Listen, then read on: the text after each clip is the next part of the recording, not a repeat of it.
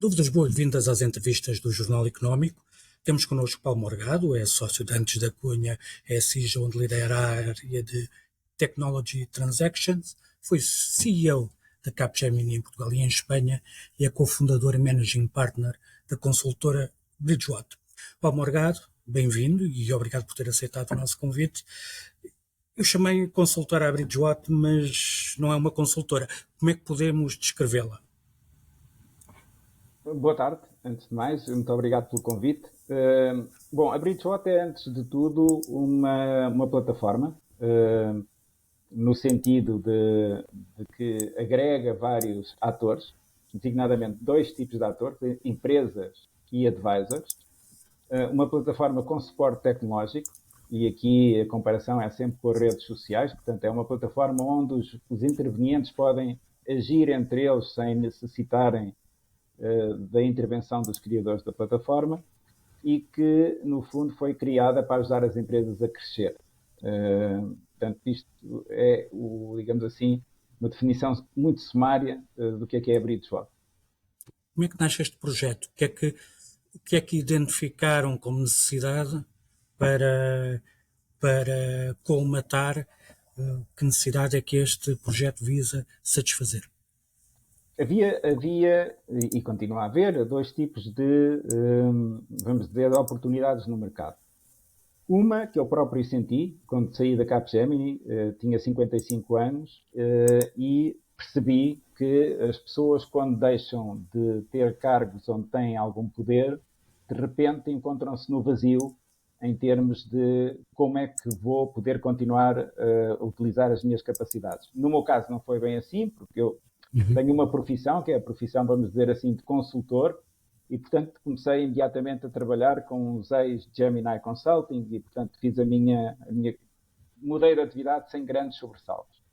Mas há pessoas que, de facto, continuam a manter um conjunto de skills muito variados, muito, eu diria, muito difíceis de encontrar, fruto de muitos anos de experiência, que de repente encontram-se sem canal de distribuição no mercado.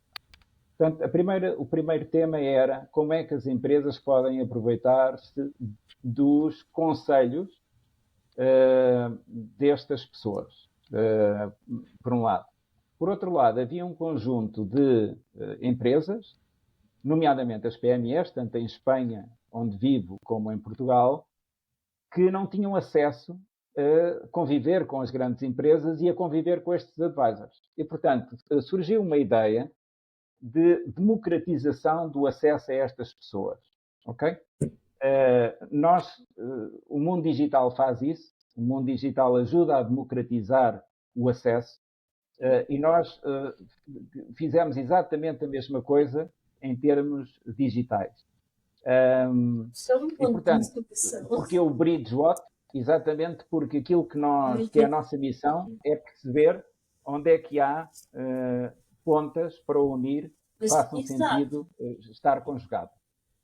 E falando nos advisors, como é que tem sido a receptividade a este projeto, tanto da oferta como da procura? Como é que as empresas responderam a esta ideia e como é que os advisors responderam a esta ideia? Muito bem. Olha, eu acho que há aqui um tema que é, primeiro, ao princípio, custa às empresas um pouco entender o acesso a estas pessoas. Porquê? Porque nós vivemos num mundo onde nós sabemos que é muito fácil alguém fazer-se mais do que aquilo que é efetivamente. Ok? É um mundo de mídia, é um mundo no fundo, em que toda a Imagem e gente... percepção. Sim, toda a gente tem acesso a palco, sabemos que depois há aqueles prémios que toda a gente ganha por isto, por aquilo, e portanto há uma ideia, muitas vezes, de que as pessoas são mais do que aquilo que efetivamente são. E portanto isso, ao princípio, construiu um bocadinho uma barreira, porque as pessoas dizem, não, isto é bom demais para ser verdade, eu começar a ter acesso a estas pessoas, se calhar elas não são assim tão especiais, mas depois quando entram na plataforma percebem que têm acesso a um conjunto de pessoas que têm uma coisa que se chama experiência. E a experiência, às vezes, é uma coisa que se utiliza sem explicar o que é que significa a experiência. A experiência é o quê? É eu conhecer, por exemplo, um território. Quem me dera a mim, quando eu vim para a Espanha, há 10 anos, ter tido aqui vamos dizer, um professor que me ensinasse como atuar no território espanhol. Ok? Não tive. E não tive por uma razão. Porque quando alguém é um CEO de uma empresa e está a ter sucesso, julga, erradamente, como eu julguei, não precisa de ninguém. E julga, erradamente, como eu julguei, que o seu sucesso é extensível a qualquer mercado. Por acaso o meu foi extensível ao mercado espanhol, mas podia não ter sido. Porque, de facto, eu não tinha encontrado alguém com uma experiência neste mercado que me pudesse ajudar bastante mais. Depois, outra coisa que a experiência traz é muitas horas de voo numa determinada matéria. E, portanto, essas pessoas que tiveram reflexões, ângulos múltiplos sobre uma determinada matéria, setorial, ou de marketing, ou de finanças, têm muito maior capacidade para conseguir que as empresas, nomeadamente, evitem certos erros e percorram os caminhos mais rapidamente. Dito assim, se calhar até parece um chavão. Ok? Mas não é. Ou seja, o que é que traz a experiência mais? Traz um networking da pessoa. Ou seja, a pessoa ao longo dos seus anos de experiência num determinado setor foi acumulando um conjunto de contactos que pode pôr à disposição de outras pessoas. Por outro lado, estas pessoas que nós temos na Bridgewater são tudo pessoas que ocuparam posições de muita relevância nas empresas, têm um conjunto de características pessoais que lhes possibilitaram chegar a lugares de topo nas organizações. Portanto, reúnem um conjunto de ativos que é uma pena que não possam estar à disposição de um conjunto de empresas que os poderia utilizar. Pronto. O que é preciso ultrapassar? E quando as empresas ultrapassam isso, começam a trabalhar com os advisors e é uma coisa muito interessante. Não há saída do advisor daquilo que é a relação comercial que mantém com uma determinada empresa. O que é preciso? Bom, há aqui vários segmentos. Um é aquele que eu já disse, que é o do CEO bem-sucedido, que diz, isto está a funcionar tão bem, preciso de um advisor para quê? Ok? E eu acho que esses CEOs, como eu já tive essa, vamos dizer, vamos lhe chamar arrogância não percebida, se assim podemos dizer, estão a perder oportunidades de progredir para novos mercados, entrar em novos segmentos e, portanto, é uma pena. Depois há aquelas empresas que não veem a necessidade, mas também não veem a ajuda. E, portanto, estão entregues a si próprias. E muitas vezes em setores onde podiam se ingrar. E, portanto, se nós lhe mostrarmos a ajuda, através destes advisors, eles talvez possam ter acesso a oportunidades que, de outro modo, não conseguiriam ter. E, portanto, há aqui várias utilizações que nós podemos fazer do tempo destas pessoas. É muito difícil, por exemplo, para uma PME, comprar o tempo inteiro de uma pessoa deste gabarito que nós temos dentro da Bridgewater. Mas comprar dias parcela às pessoas. Nós costumamos dizer na brincadeira que é difícil comprar o A inteiro, mas comprar o A às fatias é mais fácil para as organizações. E, no fundo, o que nós estamos a oferecer é isso. É a experiência que as pessoas têm setorial, é a experiência funcional, é a experiência territorial e é o network que essas pessoas têm. Pode ser de muito valor para as pessoas que, como eu não, eu devia se calhar ter prestado mais atenção aos advisors, que teria tido mais sucesso do que aquele que eu tinha, mas que julgava que já era o máximo que podia ter. Okay? Mas na altura não havia a Bridgewater. Com quantos advisors contam agora? Eh, com quantos clientes contam agora? Qual é a dimensão do projeto nesta altura? Bom, a dimensão do projeto nesta altura é 190 empresas, entre as quais grandes, pequenas, de 10 nacionalidades diferentes, de setores variados. Normalmente perguntam-nos, mas em que setores é que vocês apostam? Nós não apostamos em setores. Quem aposta em setores são os nossos participantes. Exato. São as empresas que procuram empresas de certos setores e advisors. Logicamente, Ricardo, isto não é um projeto só entre empresas e advisors. É um projeto entre empresas e outras empresas que podem ser suas clientes ou ser seus parceiros, digamos assim, na sua jornada de crescimento. Contamos com 75 advisors de várias nacionalidades. Temos portugueses do Reino Unido, muitos espanhóis, polacos, sul-africanos, americanos. Portanto, pessoas com o tal de conhecimento territorial que eu falava há pouco. Sim, e convivência. Portanto, esta é, digamos assim, a dimensão do projeto que nós temos. Neste momento, naturalmente, com uma ambição de crescimento muito grande, mas sempre na base da qualidade. Nós não temos pressa de quantidade, temos, sobretudo, um grande rigor com a qualidade de empresas e advisors que trazemos para dentro da Bridgestone. Essa era a pergunta seguinte.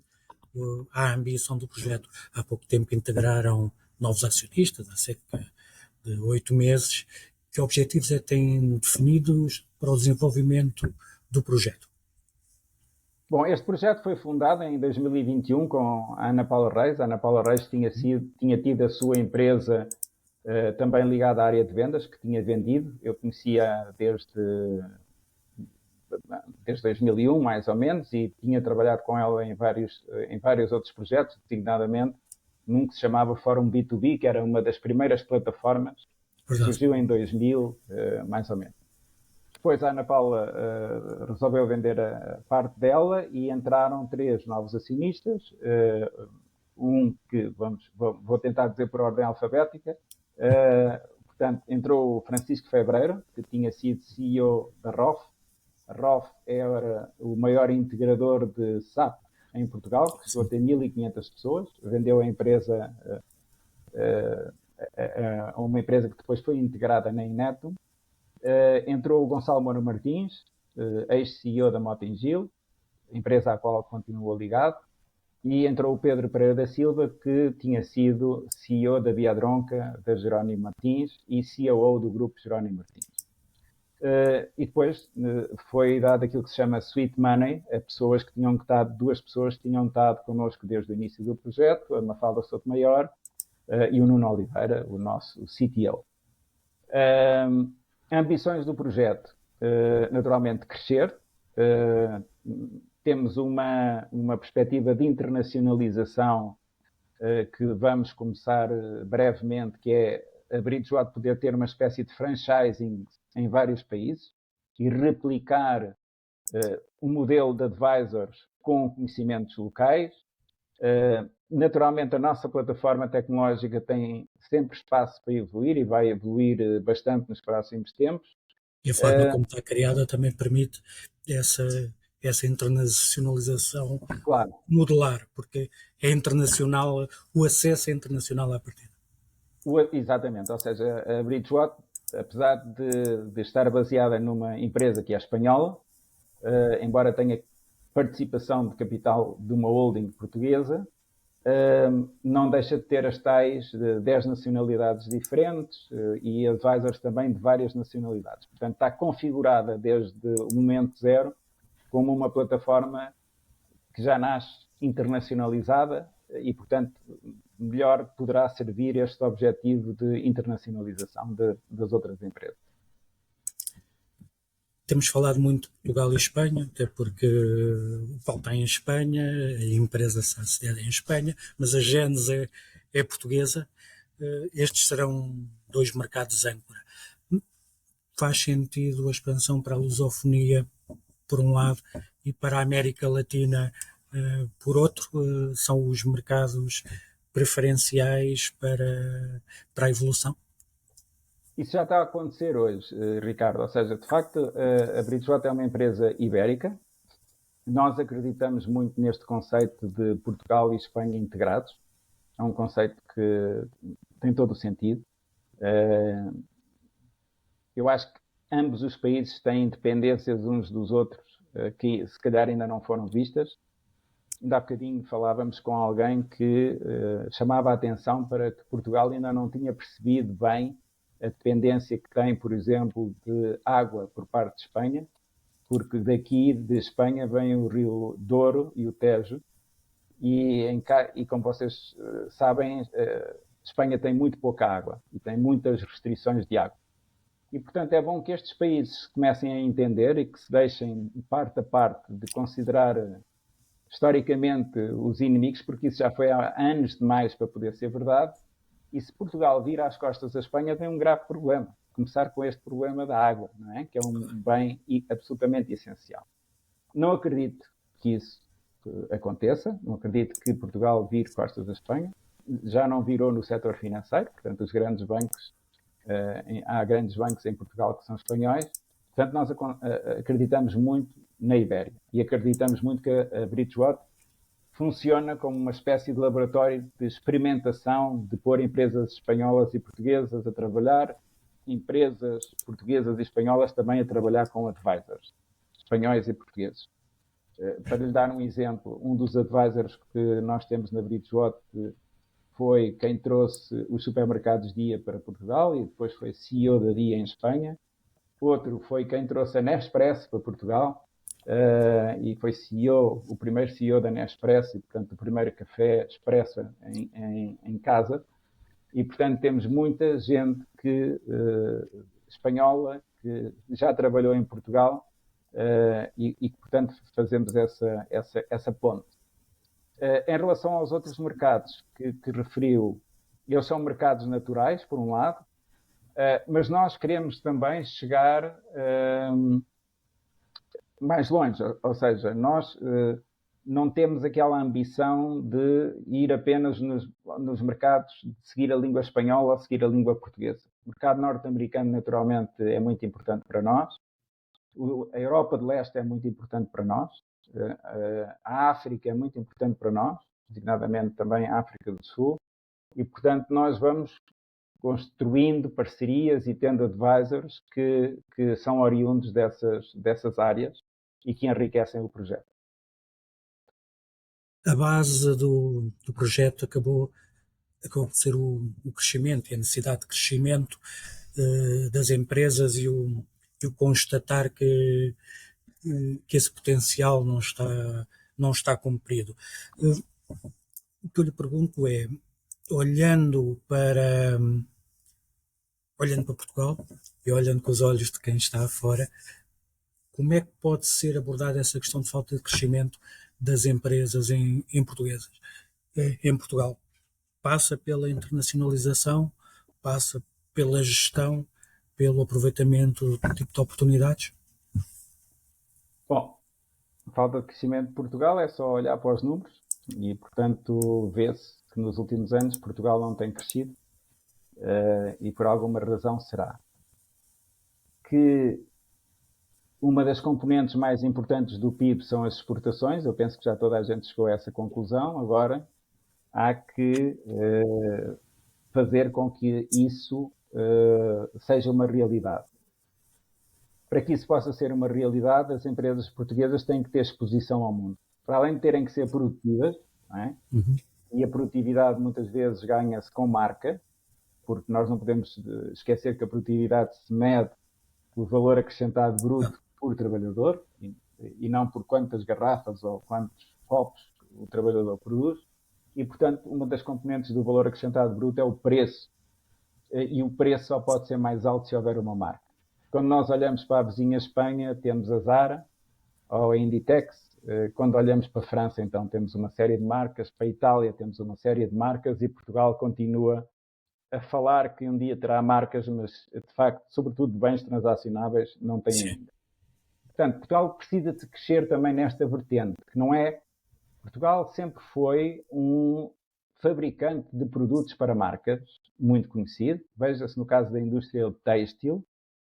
Eu lembro-me que um dos meus primeiros projetos foi para a indústria têxtil e um dos meus últimos projetos foi para a indústria têxtil e, mais ou menos com 25 a 30 anos de diferença, estes dois projetos, as empresas tinham exatamente o mesmo problema, que era o valor acrescentado era entregue fora de Portugal, por causa do tema das marcas.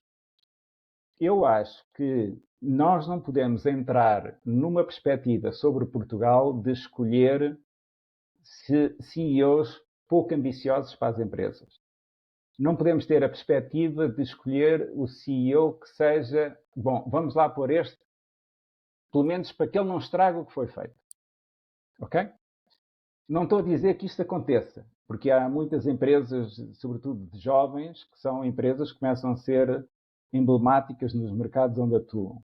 Mas nós não podemos ter essa perspectiva de que houve CEOs e presidentes e fundadores de empresas que foram verdadeiramente transformacionais em termos de cultura da empresa, em termos de mercados, em termos de arrojo para entrar em novos mercados, e depois ficar com a sensação que no momento atual, digamos assim, o pedido que é feito aos headhunters é de arranja-me alguém que não estrague o que está feito. Não, e aqui há dias alguém escrevia sobre isso, ou seja, é a confusão entre a condição necessária e a condição suficiente. Portanto, arranja-me alguém que não tenha nenhuma coisa no seu, vamos dizer assim, currículo que seja má. Sim. E que venha para não estragar. E, portanto, nós tentamos modificar esta cultura. Nós tentamos desafiar as empresas. Nós fizemos uma coisa que se chama as 20 alavancas de crescimento, que convidam as empresas a olhar para 20 ângulos diferentes pelos quais podem crescer. Elas estão disponíveis na nossa app, que se chama Bridgewater Academy. A Bridgewater Academy não é a Bridgewater, é apenas uma app que está disponível para toda a gente e onde estas alavancas podem ser vistas e os próprios advisors estão arrumados na plataforma pelas suas capacidades nestas alavancas. O que é que são estas alavancas? Exemplo, inovação criativa, exemplo, pricing, exemplo, força de vendas, muitas das variáveis que podem ajudar as empresas a crescer. E, portanto, tem que haver uma ambição de crescimento do país por uma razão muito simples. Porque se não houver uma ambição de crescimento, não há um alargamento do bolo. E se não houver um alargamento do bolo, não há espaço para toda a gente e, portanto, vamos continuar a obrigar o talento a emigrar de Portugal. Ok? Portanto, as empresas portuguesas, se quiserem reter talento, têm que ser grandes exportadoras, com grandes marcas, com grandes quadros, com quadros ambiciosos, que não venham naquela ótica do mexe pouco para não estragares, ok? Mas sim numa ótica de arroz. Eu lamento dizer isto assim com esta, como é que se diz, frieza, não é? Mas é exatamente essa questão. E também gostávamos e dirigimos-nos também às empresas que são humildes, às empresas cujos CEOs não se deixam iludir com os prémios, sobretudo os prémios vaidade que às vezes recebem. Aos CEOs que não tiveram comportamentos como, por exemplo, eu tive, que foi, se estás a ter sucesso, não precisas de ninguém. Portanto, é esse tipo de target que nós nos dirigimos e tentamos picar estas pessoas, como eu estou aqui a fazer, este discurso um bocadinho desafiante, mas é esse o nosso objetivo. Se tivesse de aconselhar as empresas com 2 pontos, o que é que lhes poderíamos dizer? Tenham ambição e exponham-se ao mundo? Eu gostava de conseguir sair dessas coisas que às vezes são pouco operacionalizáveis. Uhum. Okay? Eu, egoisticamente, o que diria às empresas é entrem na Bridgewater, porque ao entrarem na Bridgewater, todas as empresas que subscrevam pacotes que têm que pagar, ou seja, a Bridgewater tem um pacote gratuito, em que as empresas podem estar aqui sem pagar, mas aquelas que subscrevem um pacote que têm que começar a pagar, têm direito a 1 hora com cada um dos advisors gratuita. Portanto, nós temos 75. Uma empresa que entre com o pacote mínimo, que custa 2.100 euros por ano, tem direito a 75 horas de pessoas de topo. Ok? E, portanto, a única coisa que nós dizemos é experimentem falar com estas pessoas, de certeza que descobrem novos ângulos para poder crescer. Olhando para este quadro em que vivemos, o período de mudança acelerou, foi a pandemia, as crises sucessivas, agora a guerra, nós estamos há anos em crises sucessivas e com a obrigatoriedade das organizações se adaptarem. Esta é a altura para as empresas olharem com outros olhos para este tipo de processo, ou seja, aquilo que estava a dizer do não mexer muito, que é para não estragar, com esta necessidade de adaptação, os processos de digitalização em curso e com o enquadramento que é mais volátil, esta é a altura das empresas se apostarem numa maior capacidade de ação. Eu acho que sim. Eu vou dar um exemplo, só um exemplo, porque podíamos dar múltiplos, vamos só concentrar num. Uma das coisas que nós vimos mudar radicalmente com o Covid foi o teletrabalho. E a partir do teletrabalho, os trabalhadores deixaram de ter localização. E, portanto, aquilo que é um trabalhador português que antigamente, se quisesse trabalhar nos Estados Unidos, tinha que ir para os Estados Unidos, pode trabalhar desde o sítio qualquer que quiser, desde que tenha internet e desde que tenha um computador. E a partir daí as empresas perceberam com que velocidade iam perder talento se não fossem capazes para atrair essas pessoas, e perceberam outra coisa, que era esse talento ia ficar mais caro. Porquê? Porque passaram de um dia para o outro a competir com empresas alemãs que se calhar pagam um bocadinho mais a esses jovens e a essas jovens que querem trabalhar à distância.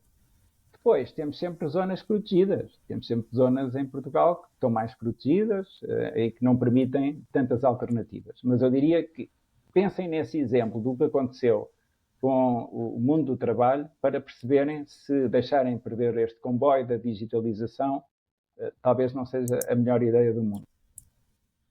Paulo, nós já esgotámos o nosso tempo, mas queria ainda tocar num ponto. Além da experiência que teve na consultoria e no projeto que temos vindo a falar da Bridgewater, o Paulo está na Antas da Cunha Sija, um projeto relativamente recente, mas já fez ano e meio. Já é possível fazer um balanço? É possível fazer um balanço eu diria, de um sucesso acima daquilo que foi esperado, e digo isto com toda a humildade, não é para me pôr em bicos dos pés, porque aquilo que nós conseguimos foi ajudar muitas empresas que precisavam de ser ajudadas e ainda não tinham consciência que precisavam de um certo serviço. O que é que nós estamos a fazer, Ricardo? A área de Technology Transactions da Antas da Cunha, o que faz é percebeu que o mundo da tecnologia estava a mudar significativamente.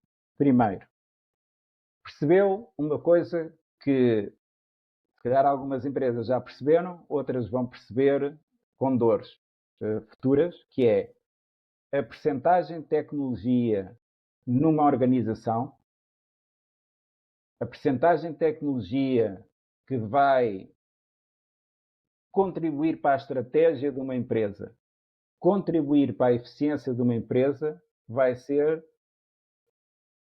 ter um crescimento exponencial. Se algumas empresas achavam que já gastavam muito ou investiam muito em tecnologia, e se acham que isto vai abrandar, não vai abrandar, vai subir exponencialmente. Portanto, esta é a primeira tendência. Quem quiser acreditar, acredita. Quem não quiser acreditar, diz, como aqueles velhos do Restelo, quando apareceu a internet, que aquilo ia ser uma moda. Pronto. Até que há dias o Warren Buffett estava a dizer, perguntaram-lhe porque é que ele não tinha investido na Amazon. Sim. E ele respondeu, porque fui estúpido. ok? E é o Warren Buffett, ok?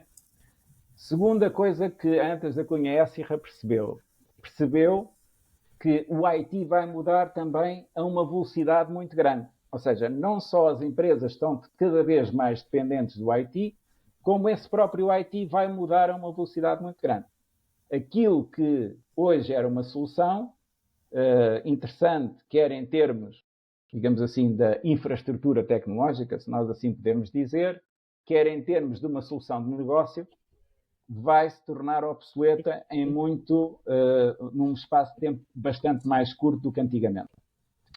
E a terceira coisa que a Antas da Cunha Écija percebeu foi que os fabricantes de software e os integradores, ou seja, quem faz os projetos de integração de software nas empresas, têm uma vantagem muito grande em termos de conhecimento tecnológico face àquilo que são as empresas em geral.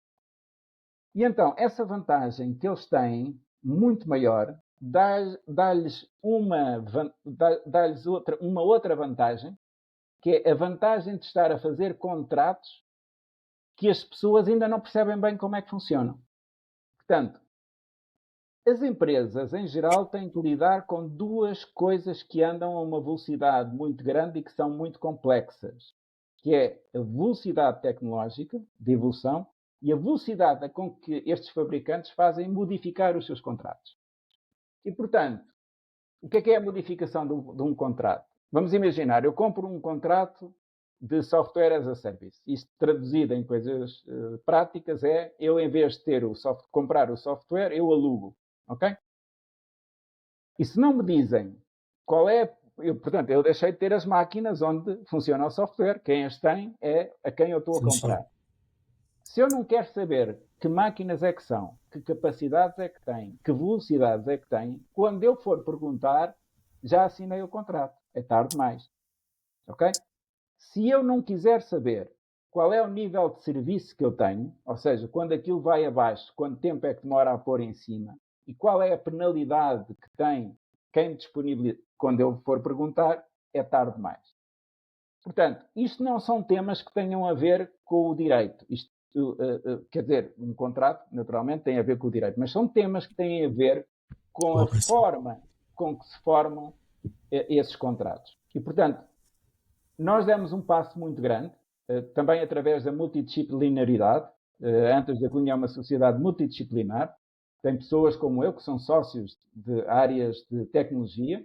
Apesar de eu ser jurista, não sou advogado, mas tenho a área de tecnologia, levo a área de tecnologia a uma das partes da área de tecnologia, Sim. que é esta parte de contratos, pelo conhecimento que eu tive de 20 anos de trabalhar numa empresa de tecnologia. E, portanto, é muito importante que haja a conjugação de competências, quer do ponto de vista do cumprimento de compliance, que é isso onde aí estão o resto dos escritórios, mais para a esquerda ou mais para a direita, embora nós tenhamos também uma vantagem na parte de compliance tecnológico, é aí que se posiciona o nível de ambição dos outros escritórios.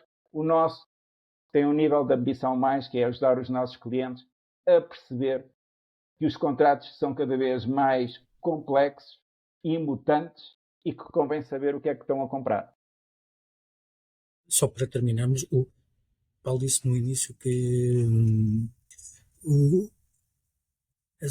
nem todas as empresas ainda perceberam em que estado estão e como é que está a evoluir o enquadramento em que operam. E eu perguntava-lhe também que se há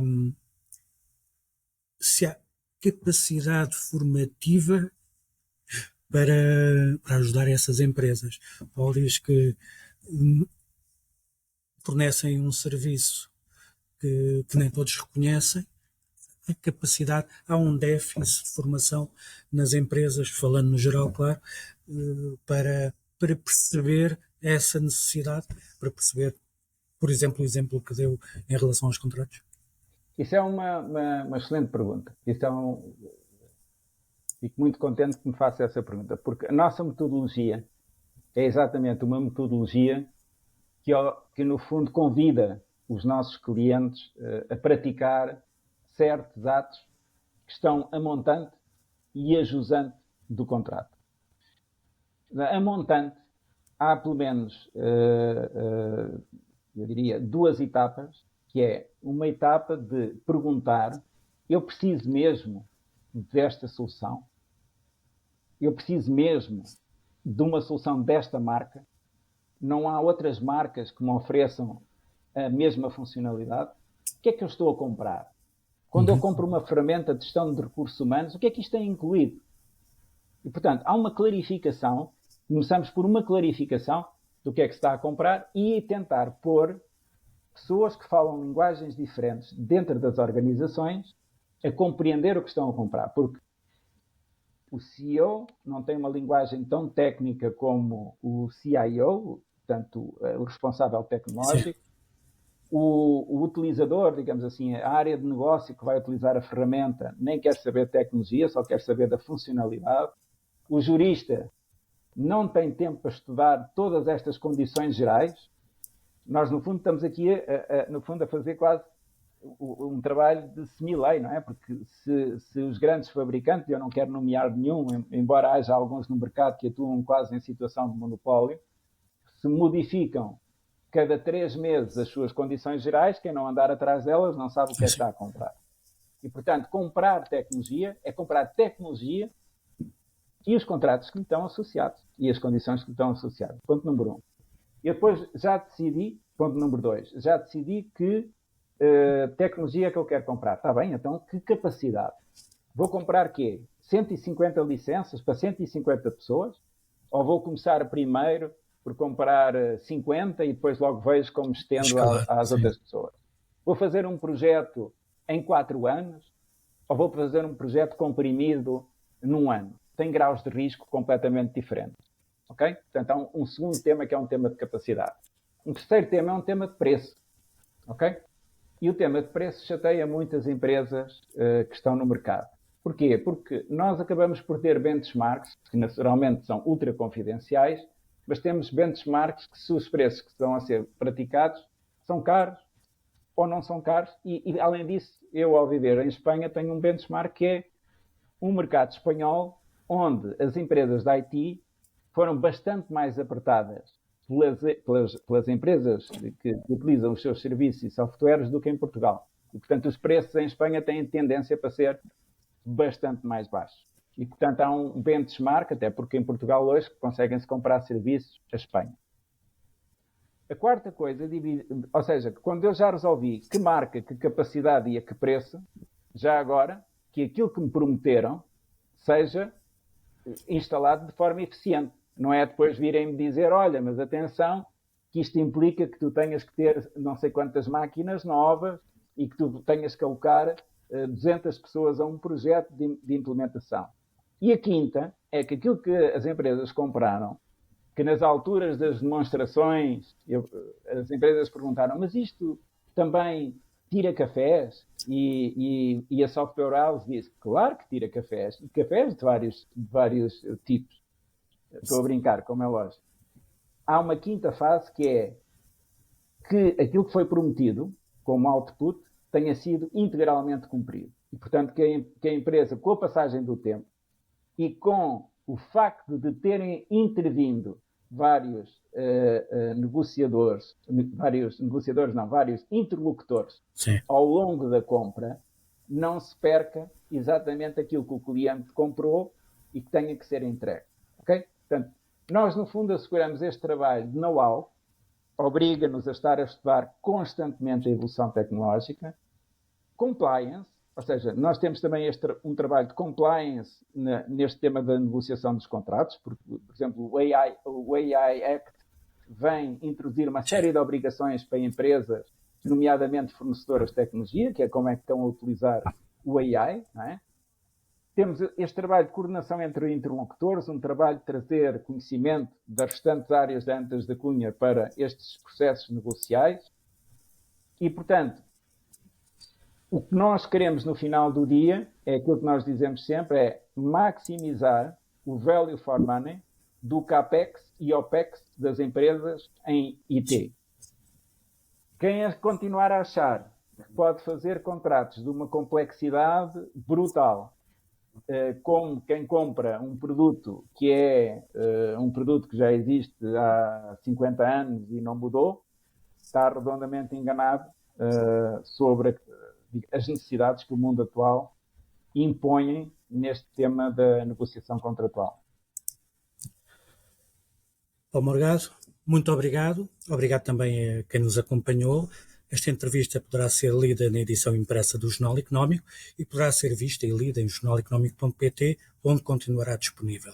Estará também em podcast nas principais plataformas. Até uma próxima oportunidade. Obrigado. Muito obrigado, Ricardo. Até à próxima.